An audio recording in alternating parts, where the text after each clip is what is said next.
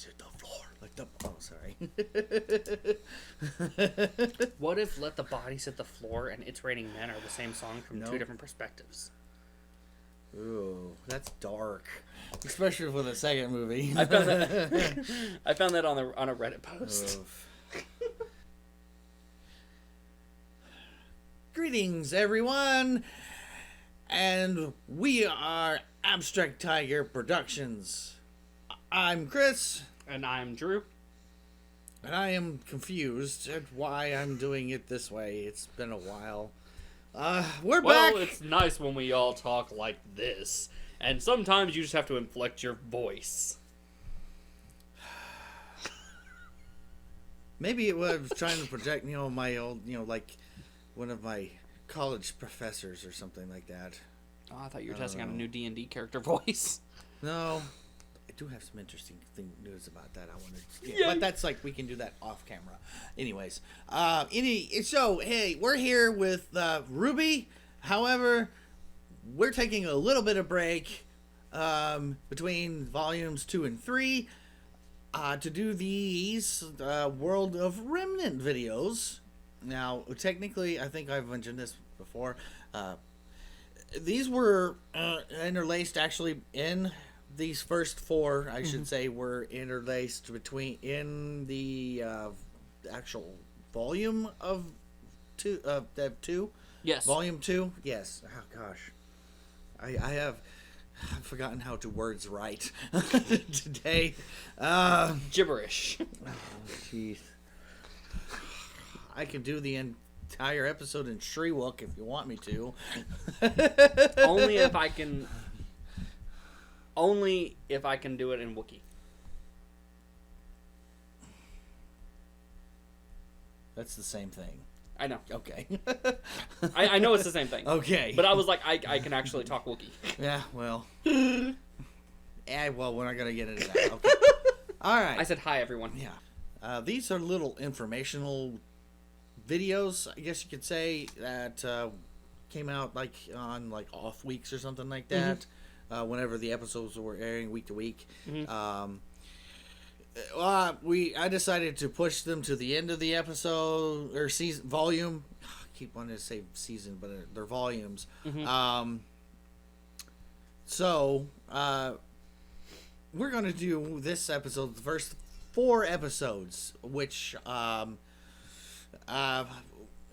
one's called Dust. It's Kingdom,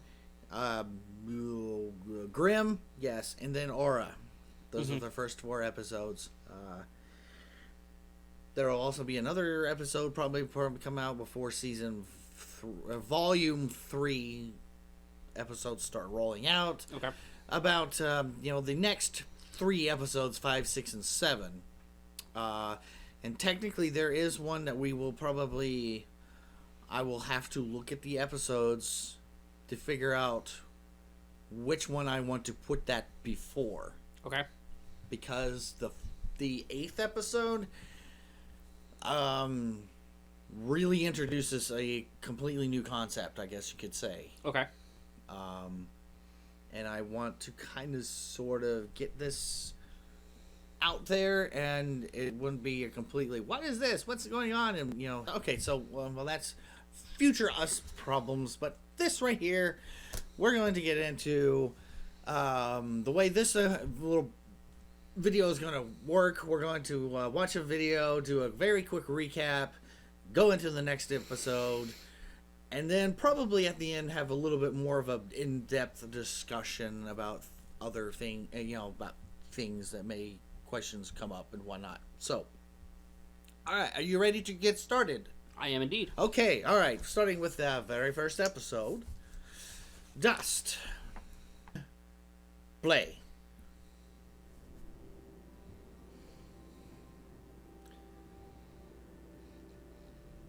Dust. Sorry. Dust. By definition, it is a naturally occurring energy propellant that can be triggered by the aura of humans and faunas.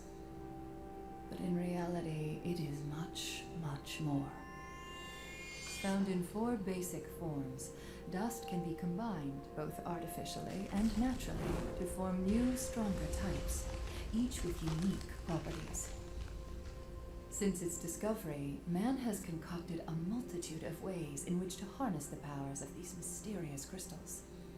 From airships to androids, dust has made its way into practically every facet of technology.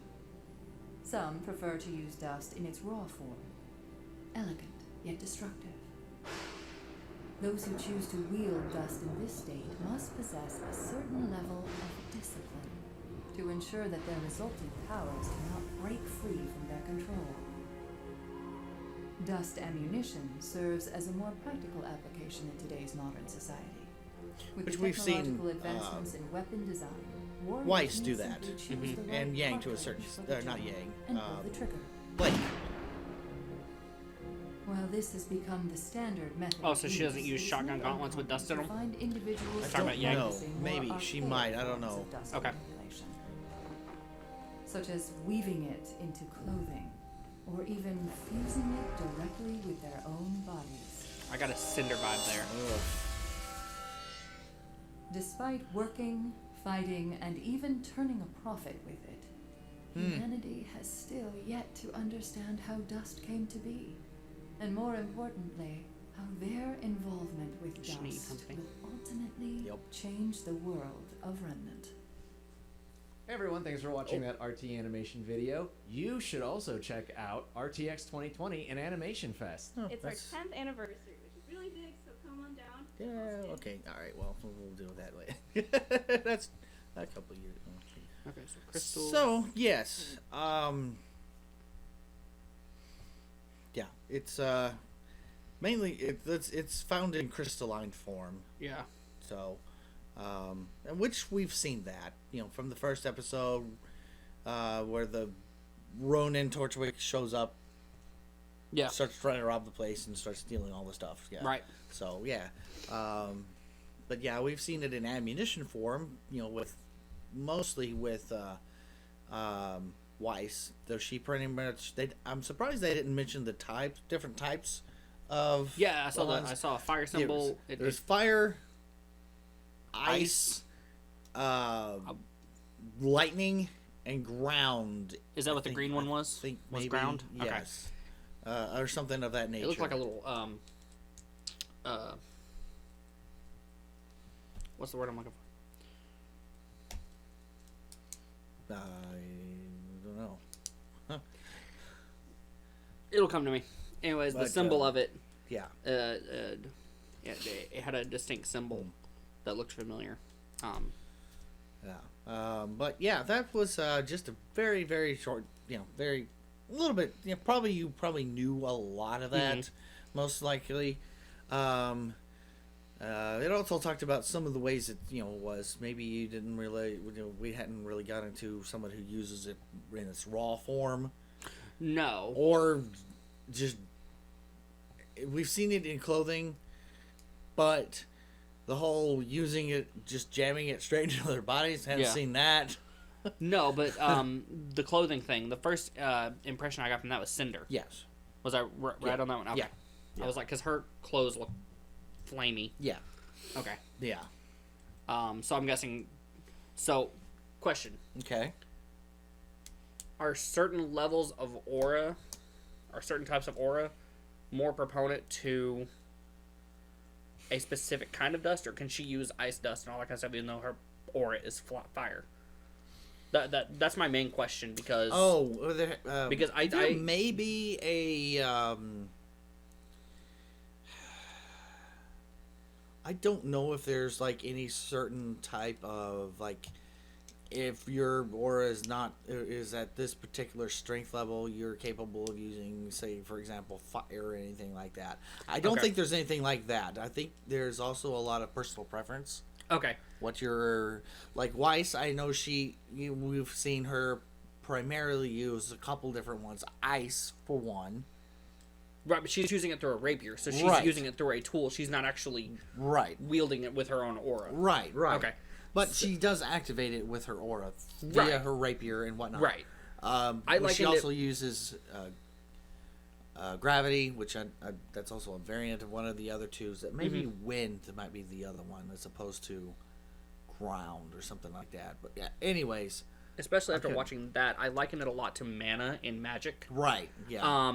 Or mana, depending on how you want to phrase it. But basically... Like Han or Han, they're both acceptable. So, like... this type of mana is easier to tap this creature with than this one. Yes. Because it is more proficient with this, and this is actually a weakness for it. Almost like Pokemon. Kind of like that, yes. Like a grass Pokemon, you're not going to put a fire wielder, anything like that on it. Yeah, well... I don't understand the trading card game. I never played it. Well, the trading card game is completely different than the actual game, video games. Okay, and different than the show, I'm assuming? Yeah, oh, yeah. The anime is completely different, and it breaks all the rules anyways. I was going to say, I've been watching, I think I'm on episode 4. Gotta catch them all, the original series. Wow, the season 1? Yeah, okay. Yeah. Took forever to find it. Yeah, it's on Netflix. Yeesh. Good luck with that. Oof. The 4Kids translation is rough.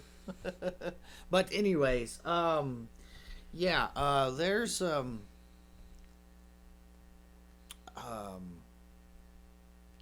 a lot of different applications. They said they use it as a power source for powering like airships and stuff like that, androids. So it isn't just used as a weapon of some sort. It's kind of like our coal, I guess you could say. Okay. Except our coal, I guess you consider is just fire. Like fire dust, maybe? I guess. I don't know. Though if you compress it and give it enough heat and pressure, it turns into a diamond. I don't know if dust does that. No, because it already comes in gem form. Yeah. Or crystalline. Yeah. But, and you're right, I do understand more of the concepts of dust because of watching Volume 1 and 2. Yeah. But I'm trying to figure out, moving forward, because of what they said, and obviously we haven't experienced it yet, like, let's use Ruby as an example. Uh-huh. What dust, or what of the 4 elements of dust, is that the proper way to phrase that? Main elements, I guess you could say. Yeah. Would be most proponent towards her, as opposed to Blake, Yang, or Weiss. Because we've seen Weiss use pretty much all of them. She has like a, what's it called, a cylinder of dust in her rapier. Right. That she spins like a revolver. Yeah, which she can change, basically on the fly. And Blake has actually used some cartridges as well. I don't remember if we've seen it yet. But I can't remember, but though there was an episode where I think I remember when they got blown up by dust on the first day of school. Yes, that was that was a whole different thing. There's a fight. I can't remember if we've seen it yet or not, so I'm not going to go too much in depth. We might have, but there is a fight, and Weiss hands Ruby some fire elemental sniper rounds. I don't recall if we've seen it or not, so I'm not going to say yes or no. Okay. But, so just so I'm understanding, that they use regular ammunition. Not everything that they shoot out of their weapons is dust. That's just regular gunpowder. I mean, I don't know if I think the dust can be used as gunpowder. Right, I saw that. Yeah, ammunition. But projectile-wise, there's still a projectile, like a solid projectile there. Okay, so like her shotgun gauntlets, talking about Yang, that's not dust. That's just straight up shotgun shells. They call it a kinetic blast. What that entails? Oh my god, entails? Yeah, I have no idea. Okay. We may get. I don't know. Honestly, I haven't really seen any how her gauntlets actually work per se. In 8 volumes, you haven't seen it. Or you're just saying up until now, and you're playing future you. No. Up until obviously there's like shotgun things in there, and it's shooting something out that's concussive. Obviously, right. But what that consists of, don't know. Okay, because when they were talking about ammunition, I was thinking all of Ironwood's soldiers are using dust. I thought they were saying that was their version of gunpowder. It's just whether or not you use it in its raw form or if you find it down to. I was going to say dilute it. Okay. I do think that, for a standard firearm like they were describing here, this is probably a discussion that should be not to the end, but oh well. But as opposed to between. Oopsie doodles. But I think they can just use raw, like say fire dust as what we would consider like gunpowder. Okay. So, I mean, it doesn't apply a element to the projectile. Mm-hmm. That I think is a separate mechanism in more advanced weaponry. Fair enough. Okay. Okay, yeah, all right. Well, yes, that was a very lengthy discussion there. I apologize. I I was intrigued by the concept of dust more so than I thought I would be. Yeah. Because we don't have it on our world. Not like that. I was going to say, we have dust. We it's have just dust. Not that. It's just not like that. We also have tumbleweeds. Yeah, jeez. Anyways. All right, ready to get into the next episode. Indeed. All right. Play.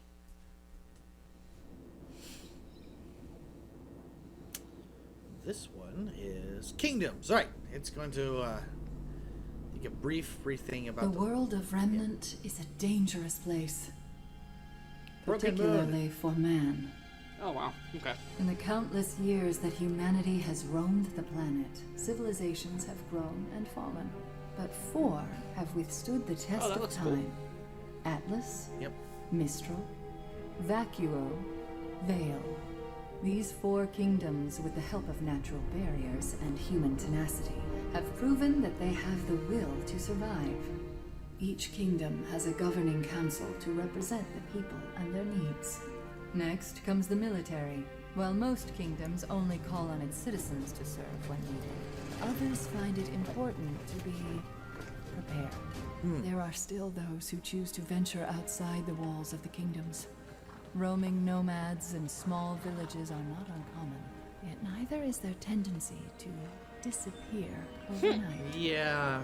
Lastly, the Huntsman Academies. These institutions' sole purpose is to train the next generation of huntsmen.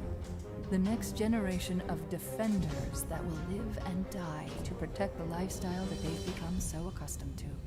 Yes, the world of Remnant is indeed a dangerous place, but the 4 kingdoms stand as beacons of hope, as safe havens from the darkness that surrounds them. They are the key to mankind's survival, as long as they stand united. That was ominous. Well, yeah, As long as because they stand wasn't there like a... united. Let's see.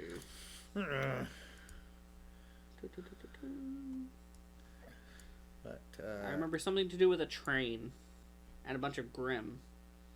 that was the the volume finale that Yeah. the 2-parter finale, but yeah, that was taking place in a ruins of attempt at expanding the kingdom. Right, okay. Yeah. Yep. Outside the main Walls of Vale. walls of it, yes. Yeah.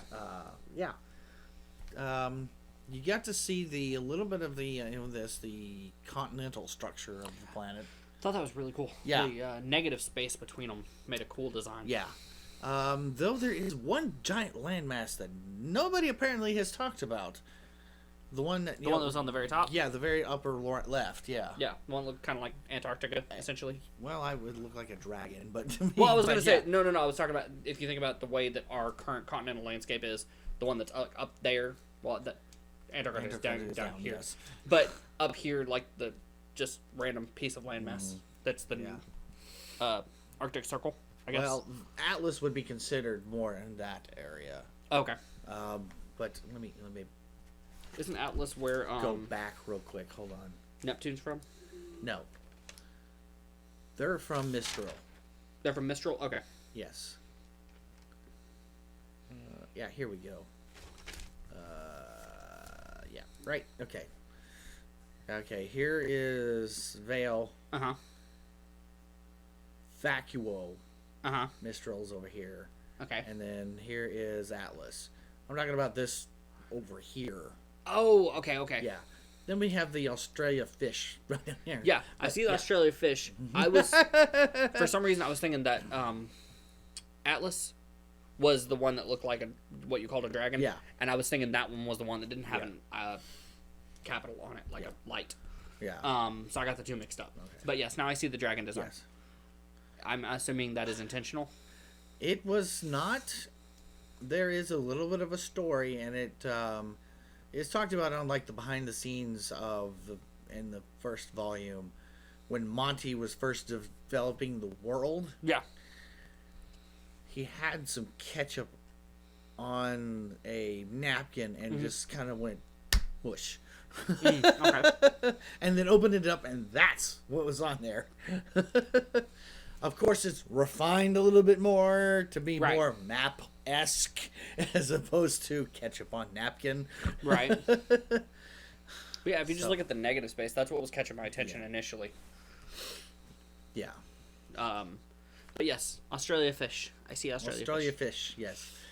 I don't So know. is it intentional that all of them look like different animals? That Or- I don't know. Like Okay. I said, You said they were refined, so I didn't know if they was I mean, maybe they the refined continental the structure shape. tells a story. Yeah. In lore, probably, yes. In creation, probably not. Like I Okay. said, it was ketchup and the napkin, and they just kind of like, okay, you're sharpened, I guess you could say, Yeah. the edges a little bit more to make it a little bit more conducive to being actually a map or something of that nature. I was saying, I'm intrigued that it doesn't have more of a symmetry then. If you take a napkin and fold it in half, Well, that don't might know. be the cartography part that you're referring to, probably, the sharpening. yeah. I don't know. So, in regards to this council of Yeah, each representatives, is yeah. that what it is? Yeah, each have a each thing have a council of representatives. Yeah. Have we met any of the council? Because the most I've seen is military, and that's General Ironwood. Now they talked about the council, but I Technically, don't think we met a member met of one. one. Yet. Now, I will say this, and it will come up later, but it's not much of a spoiler. Ironwood is a member of his council Oh, okay. in Atlas. He is not just headmaster of a school, military, or General. secretary of military, I guess Okay. you could say. But he also has a seat Okay. on the council. But in Ozpin does Atlas. not, and that's why he can boss him around. But Not necessarily. Ozpin basically is like, I'm not going to listen to you. Well, granted, that's an Atlas. Ozpin is also a citizen of Vale, which is Right. It like here, you can, like for example, someone from the military in England can't exactly come over. It's not Oh, bossing okay, okay. over So it's a someone- jurisdictional yeah. issue. Yes. Okay. Yes. I forgot he was from Atlas. Okay. Yeah. Because again, they make it seem like Ozpin, Glinda, and Ironwood basically grew up with each other and have known each other for forever. No, they've just been in this little group for a while together. Okay. We've yet to meet anyone from Vacuole.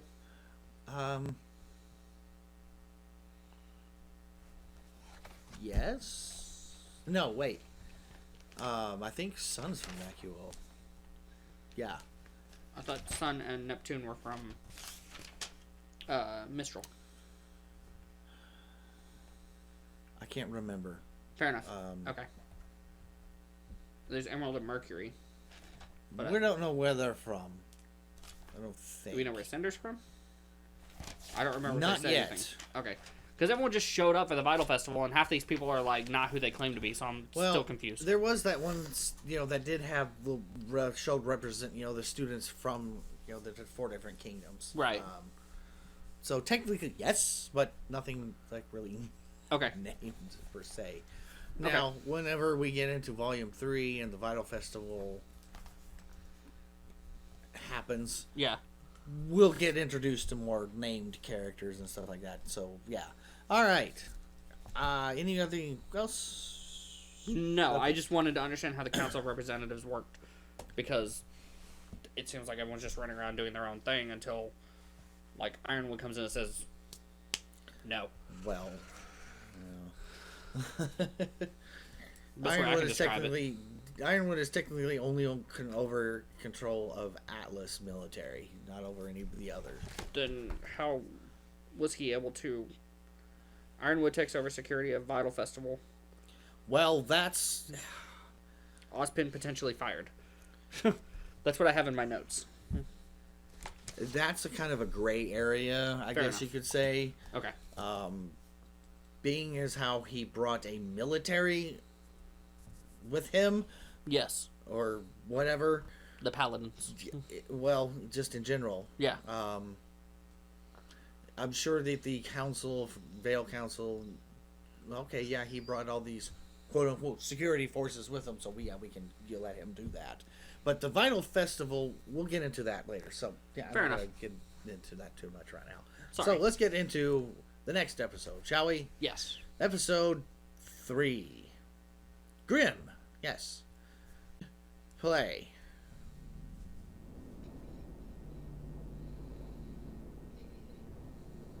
Grim. With two M's. Like the brothers. Yes. The creatures of Grim. A ravenous, destructive force that covers the majority of Remnant. While often referred to simply as Grim in the common vernacular, these beings serve as the greatest foe to mankind. For as long as humanity can recall walking the surface of Remnant, so do they remember this wicked force. Many ancient cultures believed the creatures of Grim to be animals possessed by evil spirits, or perhaps the spirits of tortured animals themselves. However, further study, as well as the discovery of newer, more horrific forms of Grim, does not support this hypothesis. With new creatures discovered every day, scientists perpetually find themselves with more questions than answers. While very little is known of their origin, some key facts have been observed in the wild. First and foremost, the Grim exclusively attack humans and their creations. While occasional skirmishes between wildlife and Grim have occurred, these instances appear to be based on territorial provocations rather than a need for sustenance. In fact, the common belief is that the Grim are not obligated to feed. They choose to. What is perhaps even more unsettling is the basis of their attraction. The creatures of Grim are lured towards negative emotion. In the rare instances when villages are capable of defending against a wave of Grim, their survival is not guaranteed, as widespread panic will only lead to more attacks. Little else is known about the creatures of Grim. Keeping them in captivity has proven to be an understandably difficult task, as the creatures tend to either die or kill those who imprisoned them in the first place. To further complicate study, the corpse of a Grim will only remain for a short period of time before completely evaporating.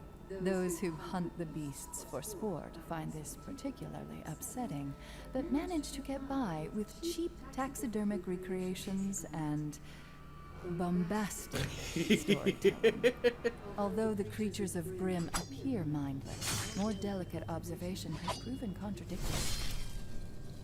It has been noted that while younger Grim tend to be more reckless, older Grim, who have managed to survive their battles, have the tendency to learn from their experience and will exercise caution in the future. This perverse form of self-preservation allows the creatures to become more effective killers. And in the end, killing is all that matters. Yeah, I remember that from Volume 2 when they went on that mission with... Oh my god, thank you so much for Oh, watching jeez. Movie World of Remnant old episodes on the new YouTube channel. Remember to go to Yeah, with Professor Oobleck. I remember that. Yes. They were like, why aren't they attacking? Well, they They know better, Yeah. essentially. But yeah, we got a little bit of taste of what Grimm. Obviously, as the series has went on, we've gotten a lot more information than just what this was here. But we're going to leave it with this right now. Thought it was very interesting that seeing Grimm in captivity is a little bit rare. Yeah. They either tend to die, And evaporate. yeah, and then evaporate, yes, or they kill the people that they were Imprison yeah. Imprison them. Yeah. Yes. So yeah.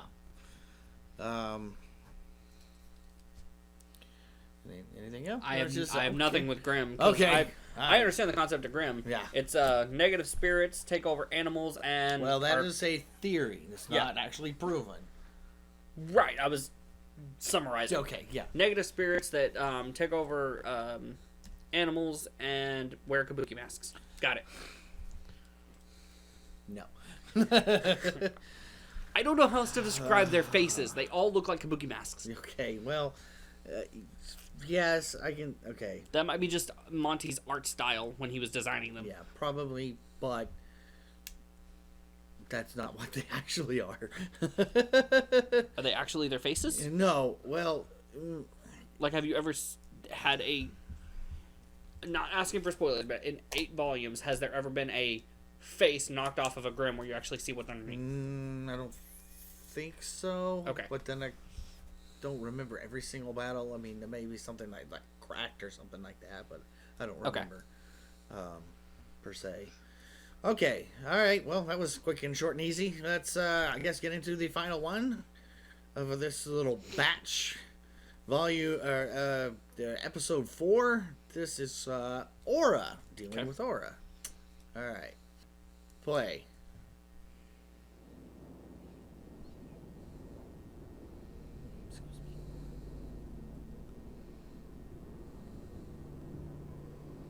Huntsmen are widely regarded as the world's Who greatest dat? warriors. Ruby!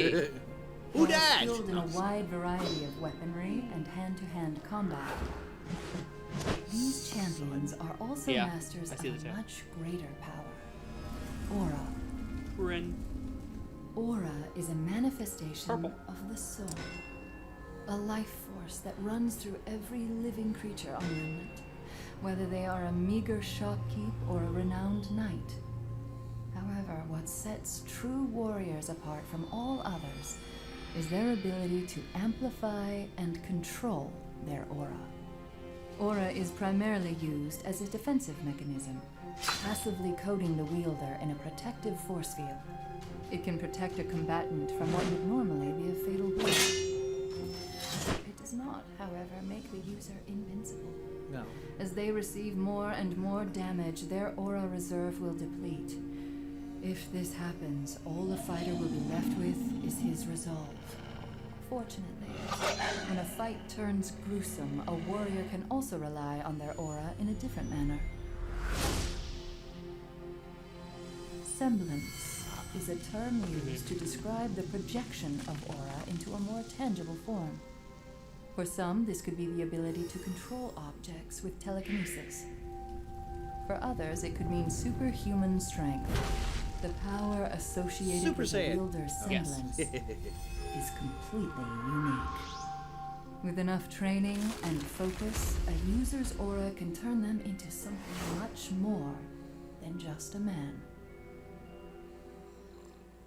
Oh my god, thank you so much. Oh, jeez. That was abrupt. Okay. I love how this all has been just at the very end. And then the VA for Jean is like, oh my gosh, just all of a sudden it's like, okay. So if that's Yes. This lady, I'm not sure. She's just like somebody who works on the show. oh, okay. He is like one of the showrunners. That's Miles Luna, voice of Jean Arc. Right. And yeah, you probably recognize his voice. Yeah, I recognize his voice. I Yeah. didn't know if I was supposed to be listening to her. Like, Oh, but it was just telling you more about the what was. no, I was talking about like if she's a voice actress. Oh, Subscribe and smash the bell. I don't know if she is a voice act. I don't know if she does. Maybe like a small, teeny, tiny bit part or something. Yeah. I don't know. But anyways, that was about Aura. A lot of information there that already pretty much knew. Maybe not necessarily the part where the semblance is tied to the person's aura. It is just a tangible representation of a person's aura. Yeah, I kind of comprehended that. I was thinking about it like this. The presence of aura is defense. The semblance is offense. That's the sort of. That was the way I comprehended it. Kinda. I think it is a little bit more Dignified. I don't know about that. Varied than just simple offense. I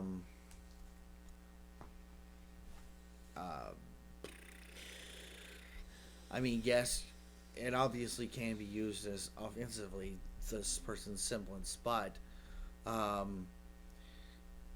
for example, Blake's shadow, not necessarily, I mean, it's used in combat, but, I mean, it's like a shadow clone, I guess you could say.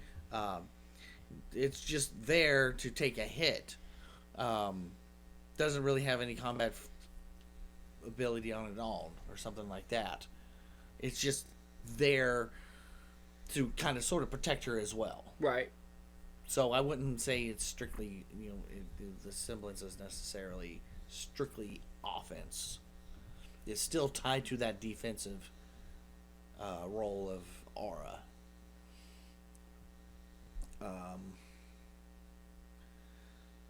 Okay. So that's just what came to my mind. I'm sure later I might have a better answer, a better analogy, but that's the one that came to my head Okay. just right now. So Understood. okay, all right. Well, that wraps up the 4. Anything else you want to touch on or questions about regarding these 4 before we No. wrap up? Okay. No, all right.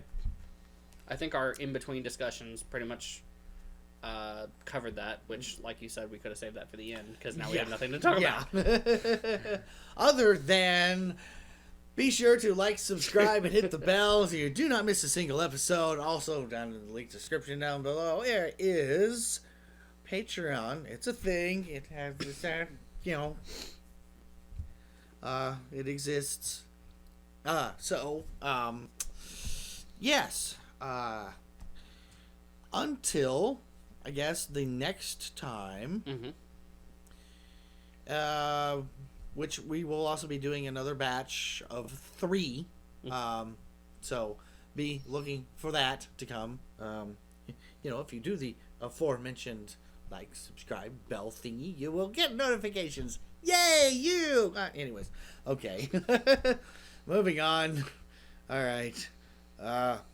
So, until then, bye-bye and be blessed, everyone.